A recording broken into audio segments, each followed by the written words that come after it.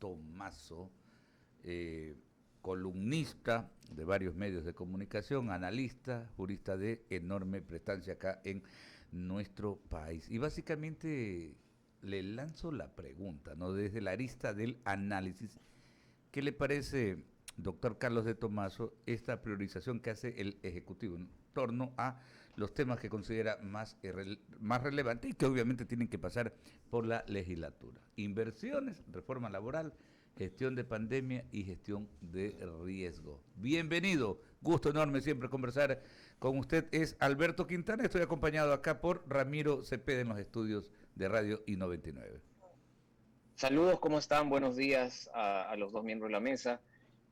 Pues la agenda legislativa o legislativa impulsada por el gobierno, pues sí ha marcado esos temas, ya había anunciado, recuerden ustedes, de hecho hubo hasta un borrador de esa parte de la reforma laboral, que justamente fue una causa para que se devuelva el proyecto de ley tributario, porque habían mezclado lo tributario y lo laboral al mismo tiempo.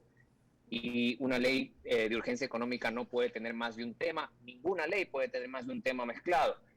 En esa reforma laboral, pues básicamente, de lo que recuerdo, pues se flexibilizaba las normas laborales de tal forma, en teoría, como una estrategia para fomentar el trabajo.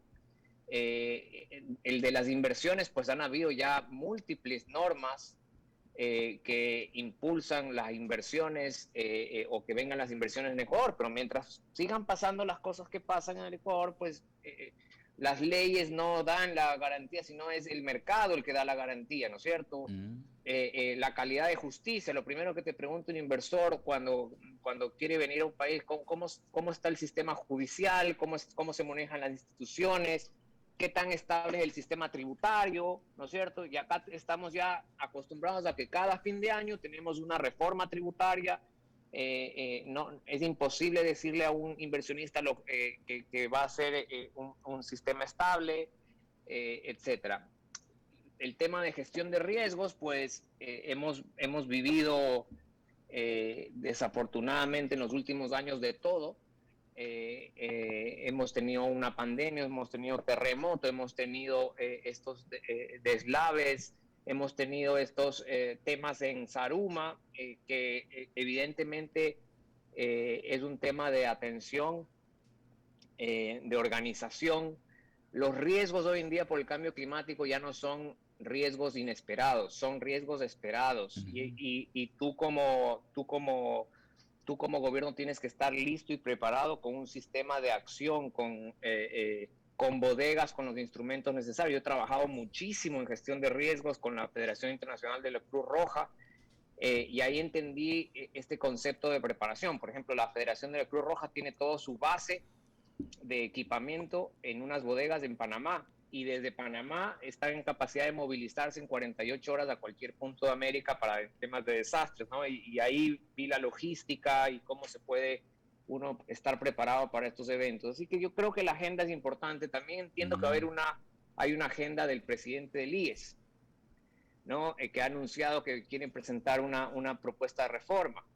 Evidentemente, lo primero que apuntan es a subirnos el aporte mensual y a extender el plazo para obtener la jubilación. Yeah. Pero nadie apunta a arreglar el problema que tienen. El problema Nadie estructural. apunta a que el Estado le pague la deuda que tiene al IES. Y es así también, como yo te digo, de ninguna parte de la agenda que veo del gobierno está como prioridad el reducir el tamaño del Estado. El reducir el tamaño, pero violentamente, el gasto corriente que tienen, que no se ve, al menos a la vista, un esfuerzo, y lo que se ve a la vista es que para seguir financiando ese gasto público, pues estamos los ciudadanos sujetos a este brutal incremento de impuestos que tuvimos este año. Oiga, doctor, definitivamente, ¿no? Es difícil hacerle entender, ¿no? A la clase dirigente, a la dirigencia política de este país aquello, ¿no? Porque usted en lo que marca queda claro, ¿no? Necesitamos institucionalidad, fortalecer aquello, ¿no? Ese concepto, pero es tan difícil poderle hacer entender a la clase política que debemos remar hacia allá, ¿no? Tener aquella solidez en lo que tiene que ver con este marco. Y vea, lo llevo al tema que está pasando en el Consejo de Participación Ciudadana y Control Social. Qué pugna, ¿no? Acciones judiciales que van, que vienen, certificaciones de lado y lado. Es terrible todo esto, todo lo que está ocurriendo. ¿Cómo lo lee usted, doctor? Yo lo leo vamos a decirlo así, con mucha lástima por el país, porque eh, creíamos que íbamos a empezar una nueva época, una nueva etapa de respeto a las instituciones, una nueva etapa de pensar en el país. Tenemos tantos problemas y que 7 personas no puedan sentarse a ponerse de acuerdo, a hacer una agenda urgente de lo que corresponde a sus funciones. Yo le debo decir que yo no estoy ni por el uno ni por el otro, ¿no? Yo estoy por el país y mi opinión es en función del país. Yo, de hecho, no conozco a los miembros, sino al único que a lo mejor conozco es a Hernán Ulloa, que le tengo, tengo una imagen como colega de él, pero las cosas son como son. Este tema es esa vieja práctica de lograr una mayoría al vuelo, una mayoría ahí, y que cuando actúa esa mayoría al vuelo, remueve al que está, y luego vendrá otra y remueve al que está. Eso ya debe acabarse. Los actos de las funciones públicas, de acuerdo al sistema en que vivimos, tienen que ser actos que respondan a un principio de legalidad, de debido proceso. Al menos yo no encuentro, por ejemplo, hasta ahora con claridad, la facultad del pleno de ese consejo para remover a la presidenta. No encuentro la causa, porque yo hubiera querido que esa nueva mayoría salga y digan, la facultad de remover está aquí. Y no lo han podido hacer porque no está. Sacan un artículo del Código Administrativo que no tiene nada que ver. Lo que sí dice la ley del Consejo de Participación Ciudadana es que la presidenta se la elige por 2 años. Yo no encuentro en las facultades del Pleno la facultad de remover, sí la facultad de nombrar, no la facultad de remover. Pero si tuviera la facultad de remover, que de hecho no la he encontrado, y si ustedes se fijan en las declaraciones, nadie ha salido a decir, esta es la facultad en este artículo, lo que hacen es utilizar la vieja teoría de los actos consumados, ¿no? Yo hago esto, pero inmediatamente va a salir Juanito diciendo que me reconoce. Pepito me va a llamar a una reunión para darme legitimidad. El aval. Y luego, como no van funcionando esas cosas, pues ahí es donde nos duele a los constitucionalistas. Bueno, usemos, pero en la mala forma, usemos al sistema constitucional para dar legitimidad. Y eso es de lado y lado. La una presenta... Aquí está mi sentencia constitucional del juez de ni sé dónde. El otro presenta, no, a mí también un juez de ni sé dónde me dio también. Entonces, un juez constitucional dice, déjese sin efecto todo, y el otro juez dice lo mismo. Y entonces en medio está la fuerza pública que actúa con algún tipo de interés. Bueno, y estamos hablando del Consejo de Participación y Transparencia y Control Social. Doctor, no, es terrible, porque esto denota, ¿no? Eso, seguimos enmarcados en el mismo tema, ¿no? Es la falta de institucionalidad. Ahora, yo solamente déjame agregar algo más. Cualquier persona que va a ser removida de un puesto tiene derecho a un debido proceso, a defenderse, a saber en función de qué, a presentar sus pruebas, sus alegaciones. Eso lo sabe cualquier abogado, cualquier constitucionalista. Eso de que yo me presento a una mayoría, te remuevo porque ya no me gusta o no me caes bien, ya no existe. La dictadura de votos, ¿no? ¿Dónde está el debido proceso? ¿Dónde está tu fuente legal? ¿En base a qué artículo tú tienes facultad de reunirte y remover? ¿Dónde están las causales para remover a la presidenta? No existen. ¿Dónde está el proceso? No existe. ¿Dónde está el derecho a la defensa? No existe. Entonces, hay la certificación del Ministerio del Trabajo. Eso sí que una cosa de risa. Recibe. El Ministerio del Trabajo.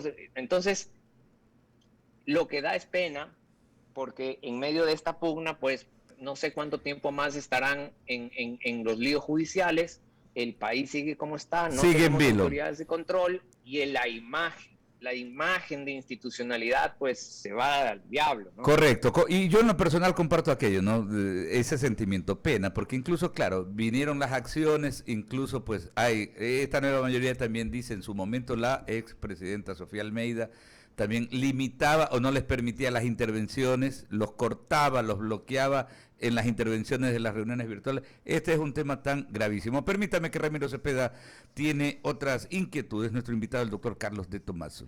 Carlitos de Tomaso, ¿cómo le va? Buen día. Buenos días, profesor. Un gusto. El gusto es mío. Carlos, un poco para darle memoria histórica. La teoría constitucional de la camioneta es la que organiza estos actos, pues. Si en este país un Congreso sin capacidad destituyó a un presidente por loco, nombró un interino, convocaron una asamblea constitucional en ese entonces para legalizar la usurpación, ya el mal está hecho, sino que cuando lo hacen los de la camioneta, está bien. Cuando se los hacen a los de la camioneta, está mal. Y yo coincido con usted, está mal todo. El chip Todo. de la constitucionalidad en este país. La misma posición tuvimos, Ramiro, cuando el Tribunal Electoral disolvió la Asamblea. O cuando el señor Gutiérrez disolvió la Corte. O sea, son cosas que no podemos, nadie No puede podemos hacer, dejarlas o sea, pasar. estamos en esto. Nosotros Así no es. somos parte de nadie. Gracias a Dios somos libres Ya. de poder opinar. Y en uso de esa libertad, Carlos, yo vengo dándole vueltas a una idea y te la pregunto a ti, querido amigo. ¿Es posible llevar a una consulta popular una nueva constitución que le digan a los ecuatorianos, sabe que borrón y cuenta nueva, tiremos abajo, está usted de acuerdo en que se quede la actual constitución y de que esté la nueva constitución, sí o no? ¿Se puede o no? Yo te diría que es muy complejo. Ya. Porque la propia Constitución establece cuáles son las formas de modificación. Hay un andarivel que es la enmienda, que es para temas muy pequeñitos de aclaración. La reforma, a través de la reforma constitucional tú puedes modificar los elementos constitutivos del Estado y la estructura de la Constitución. Procedimiento reforma, que no hay, el procedimiento reforma es en la asamblea y post asamblea va a consulta popular, va a un referéndum. Y el tercer andarivel para modificar la Constitución es la convocatoria a una asamblea constituyente. Esos tres andariveles no los decide ni usted ni yo, los decide la Corte Constitucional. Si alguien tiene alguna idea, tiene que presentar a la Corte Constitucional la idea y es la Corte la que le dice, señor, esto es vía enmienda, esto es reforma, y señor, si usted quiere tirar abajo toda la Constitución, pues el artículo 444 de la Constitución te dice se tiene que convocar a una asamblea constituyente, para lo cual hay que hacer todito el proceso. Un referéndum aprobando que nos vayamos a una asamblea constituyente, donde estén las reglas de cómo se eligen los asambleístas constituyentes. Habrá que elegir a los asambleístas constituyentes, hacer la asamblea constituyente y tirar una nueva constitución. Entonces, lanzar una consulta de que si quiero ir a otra constitución así, no se puede, porque está arreglado el procedimiento de reformas y de modificación y de una nueva constitución en la propia constitución. Pero Carlos, yo te entiendo, pero la constitución es un animal que ha sido creado para defenderse contra todo ataque. O sea, no te podría decir que es el crimen perfecto, pero, ay Dios mío, algo hay que hacer. Porque no es que te digo que todos los males están ahí. Lo veo diferente. Las normas jurídicas, Ramiro, son medios para conseguir fines. Son vehículos. El vehículo 2008 no era malo. Los choferes del vehículo son pésimos. Si tú te fijas en la estructura de la Constitución, ¿cuántos años nosotros nos quejamos de que la Asamblea Nacional o en la Asamblea Nacional estaba la elección de todas las autoridades de control y de todo el mundo? Decíamos, no podemos seguir con esta politización de las control. ¿Qué se hizo? Crear una función de transparencia y control social con un organismo que debía generar los concursos para que las autoridades de control salgan de la sociedad. Eso está puesto ahí. Se le limitó el poder a la Asamblea, está puesto ahí. El tema es, fíjate tú, creo que con este ejemplo se entiende mejor lo que quiero decir. La Corte Constitucional, las normas de la Corte Constitucional están en la Constitución 2008. En la primera etapa tuvimos pésimos conductores, en la segunda etapa hemos tenido muy buenos conductores de la misma institución. ¿Dónde estuvo la diferencia? En las personas. ¿Sí me explico, Ramiro? No, está clarísimo. La corte es buena. La corte es la misma, el edificio es el mismo, las facultades son las mismas, lo que es diferente son las personas. Pero Carlos, yo coincido contigo, y yo ya cité en la entrevista pasada, en la anterior que tuvimos aquí en la mañana, con la constitución que teníamos el 78, el presidente Roldós nombró a Edmundo Durán fiscal, a Nicolás Parducci procurador, a la haber nombrado a otros. No, lo que te estoy diciendo. Haber nombrado también. Sí, pero entonces estamos hablando de personas, no estamos hablando de la estructura legal, pues. Es que ese es el punto para mí. Ya. El punto para mí es, ahora, ¿ha funcionado esta función de transparencia y control social? No. No. ¿Ha funcionado? No, porque si vemos que 7 personas no... Mira tú ayer el ejemplo en la Corte Constitucional. Vuelvo a eso. Salen 3 jueces. Los 3 salen, podemos haber discrepado, los 3 salen por la puerta grande. Incluso en un sorteo transparente, donde el propio presidente sacó el papel con su propio nombre. Y una excelente persona como Hernán. Entran 3 nuevos. Ya se estaba rumorando que sí, que entonces ahora, ¿quién va a ser la mayoría? ¿Qué salió ayer? Eligieron por unanimidad a 2 personas. A Ali Lozada, gran profesor y amigo mío, profesor experto en argumentación jurídica, con el profesor Manuel Atienza, un gran jurista con mucha metodología, Carmen Corral, vicepresidenta, unanimidad. Te están demostrando que tienen un sentido de patria. ¿Se demoraron cuánto en la elección de presidente? Nada, 1 minuto. Por unanimidad, me alegro por ellos. Buenas elecciones. Espero que los nuevos jueces, no los conozco, sean y estén a la altura de las circunstancias, pero ya es un buen síntoma. No entraron a politiquear. No entraron a politiquear, a generar cisma interno, hagamos una nueva mayoría. No. Se eligió por unanimidad y eso yo lo celebro. Ya se pusieron a trabajar, ya están trabajando hoy, no andan cortándole el micrófono, acción de protección, nada. Pero creo que ya hay que llamar al sentido patrio, a las autoridades, hay que hacerles un llamado de atención, ¿no? Sí, definitivamente, ¿no? Y eso quería marcar, ¿no? Porque ayer precisamente la Asamblea Nacional, en su sesión, la 763 era ayer en el Parlamento, ¿no? Ya oficializaba el nombramiento de los 3 magistrados, posteriormente en la tarde hubo la primera reunión y es lo que usted dice, Carlos, ¿no?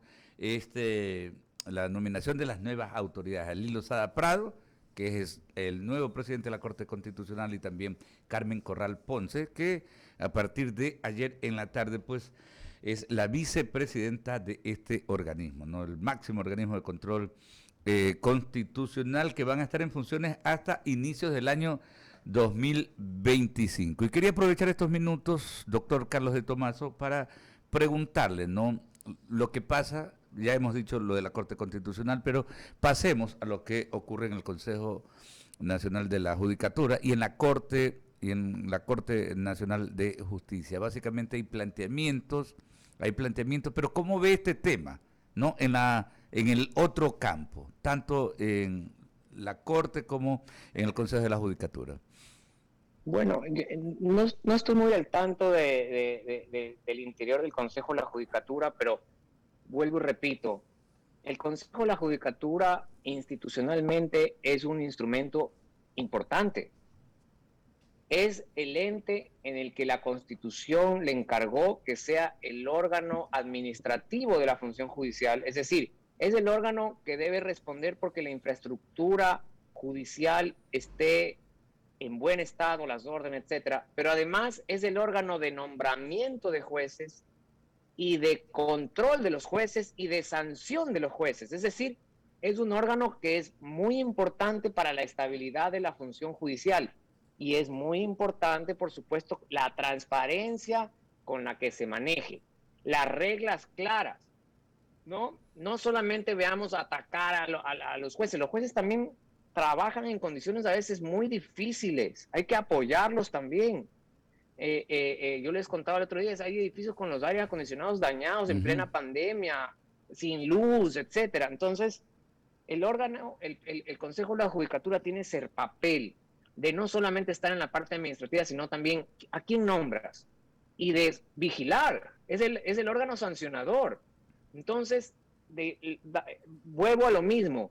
Es muy importante darle las herramientas a ese órgano para que pueda ejercer sus labores, esas suspensiones o esas sanciones a los jueces o a los fiscales. Recordemos que la fiscalía es un órgano adscrito a la función judicial, ¿no?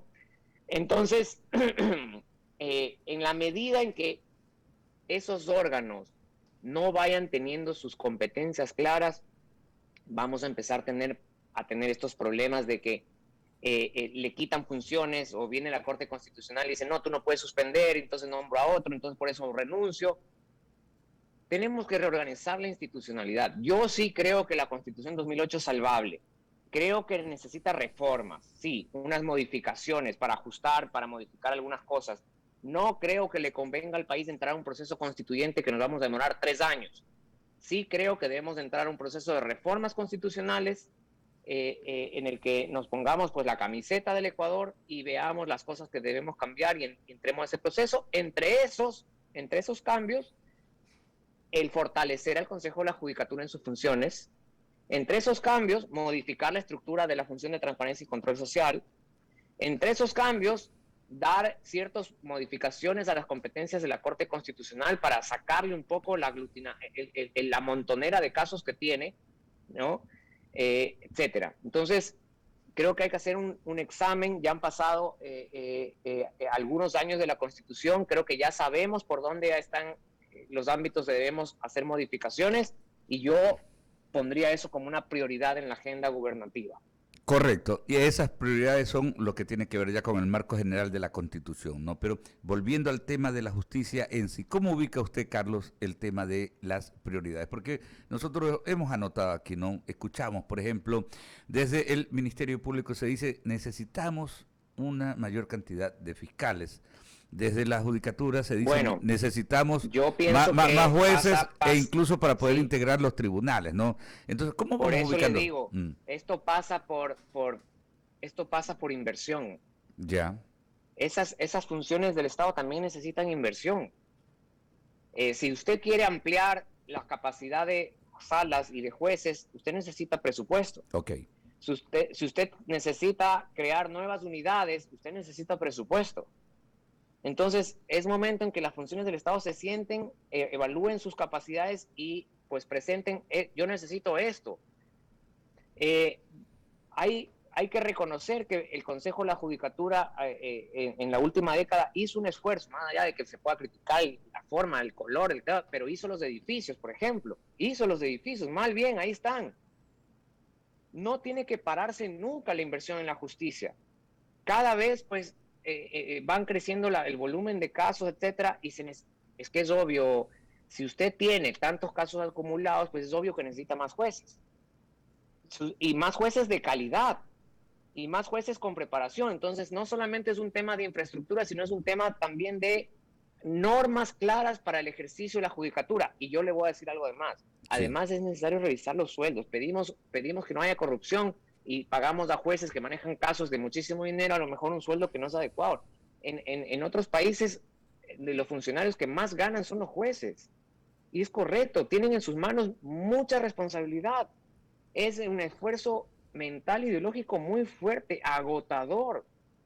Yo también es necesario a veces reivindicar esa labor de juez y darles pues a ellos la atención, también sentarse con ellos y decir qué necesitan. ¿No? Y evidentemente va a saltar a la luz. Necesitan infraestructura y necesitan más personal. Correcto. Igual la fiscalía. Claro que sí. de la mano con lo que usted decía, ¿no? Delimitar también, porque ese es un problema, delimitar el campo de acción de cada uno, porque eso también no está, Así es. debe ser terrible, ¿no? Que venga, por ejemplo, la Corte Constitucional y a través de algún pronunciamiento decir, no puedes, objeto lo de aquí, lo de acá, y como jueces o a nivel del Ministerio Público tengan que parar su trabajo. Eso es importante, ¿no? Eso es como cuando uno dice, a ver, a veces la responsabilidad es cuando uno contrata una asistente doméstica, si uno no le delimita el campo de acción, qué puede hacer, qué debe hacer y qué no debe hacer, justamente la responsabilidad es de uno un poco también, aunque parezca increíble, pero es lo que pasa, ¿no? Sí, esto tiene que ser la prioridad para mí de la agenda. O sea, si queremos hacer un cambio en el país, tenemos que sentarnos a hacer esta agenda, a armar un equipo de gente que trabaje paralelamente en una comisión y que prepare un proyecto de reformas, un equipo de gente que se siente con la función de transparencia, con la función judicial, con los jueces, con la fiscal, con todo, y digan, ok, recojan las propuestas y se presente un gran proyecto de reformas constitucionales consensuado. Ya, pero Eso integral, tiene ¿no? que estar en la agenda. Porque si no, seguimos quejándonos, pero no hacemos nada para modificar ya sabemos dónde están los problemas. Correcto, claro, pero debe ser una reforma integral. Doctor, agradecerle muchísimo. Carlos de Tomaso es profesor titular de Derecho Constitucional de la Universidad Católica Santiago de Guayaquil, articulista de Diario El Universo, experto en materia constitucional. Gracias por estos conceptos y por el tiempo. Gracias. Un abrazo.